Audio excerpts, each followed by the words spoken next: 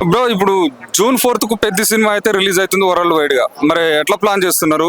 మరి ఏ విధంగా ఉండబోతుంది సినిమా? ఎన్ని కలెక్షన్లు చేయబోతుంది? పెద్ద సినిమా జూన్ 4వ తేదీ మనందరి ముందుకి రాబోతుంది. ఈ సినిమా ఖచ్చితంగా 1,00,000 కోట్ల టార్గెట్ అవుద్ది. ఎందుకంటే లాస్ట్ టైం గేమ్ చేంజర్ లో ఏమైందంటే ఆ సినిమా సరిగ్గా జనాల్లో పాకల సరిగ్గా కానీ ఈ సినిమా అటగాది. ఇది చిక్కిరి చిక్కిరి సాంగ్ కానీ మధ్య మధ్యలో జాన్వీ కపూర్తో కెమిస్ట్రీ, బయోలాజికల్, జాన్వీ కపూర్తో చేసేటువంటి రొమాన్స్ కానీ, ఆ ఇద్దరి మధ్య లవ్ ట్రాక్స్ కానీ, అట్రాక్షన్స్ కానీ, ఇవన్నీ కూడా జనాల్ని కట్టేస్తున్నాయి థియేటర్లో. కాబట్టి జనాలు ఖచ్చితంగా 3,000 టికెట్ 10,000 టికెట్ పర్లేదు అన్నాడు అతను.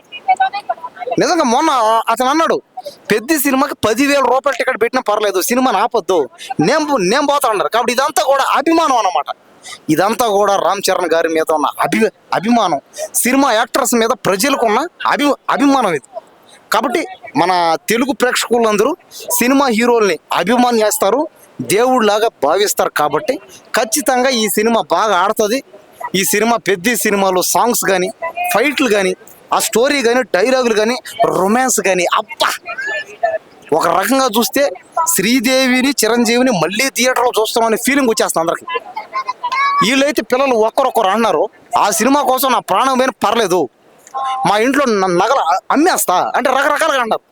మీరు సినిమా చూడండి కానీ నగలు అమ్మేసి దొంగతనం చేసి అది కాదు అభిమానం అంటే. మీరు కష్టపడి పని చేయండి, లేదా మీ అమ్మనో మీ నాన్నో అడగండి, డబ్బులు వడిస్తే పోండి, లేకపోతే మీకు మీరు సంపాదించుకోండి, అప్పుడైతే అర్థం అవుతుంది అసలు కథ. అది మీ వల్ల గదిలేండి, చాలా తక్కువ మందికి అది. అమ్మ నాన్నని అడగండి, డబ్బులు తీసుకోండి, ఏడవండి, అలగండి. ఒక పూట భోంచేయడం మానేస్తారంట అందరూ, చేయకండి అలా. కాబట్టి సినిమా పోవాలంటే అభిమానం ఉండాలి కానీ ప్రాణాల మీదకి తెచ్చుకునేంత అభిమానం కాకూడదు అనమాట ఎవరికి. కాబట్టి తల్లిదండ్రులని గౌరవించాలి, తల్లిదండ్రుల మాట వినండి, సినిమా చూడండి, అంతేగాని సినిమా కోసం ఎటువంటి ప్రాణాన్ని వద్దనమాట. ఖచ్చితంగా పెద్ద సినిమా అయితే ఇది చూద్దాం, ఏమవుద్దాం.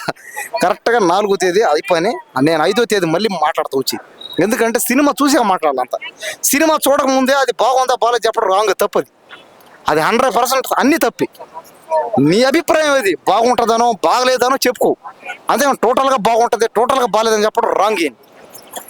కాబట్టి సినిమా చూడండి అందరూ, తర్వాత మాట్లాడండి, చూసి తర్వాత మాట్లాడచ్చు, అది ఎవరి అభిప్రాయం వాళ్ళది. కాబట్టి ప్రతి ఒక్క మనిషి అన్నాక ప్రతి ఒక్కరికి హక్కు ఉంది.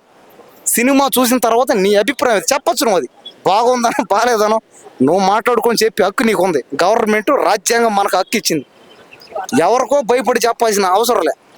బాగుంటే బాగుంది, బాగాలేకపోతే బాగాలేదు, అంతే. మనం చేయగలుగుతుందని.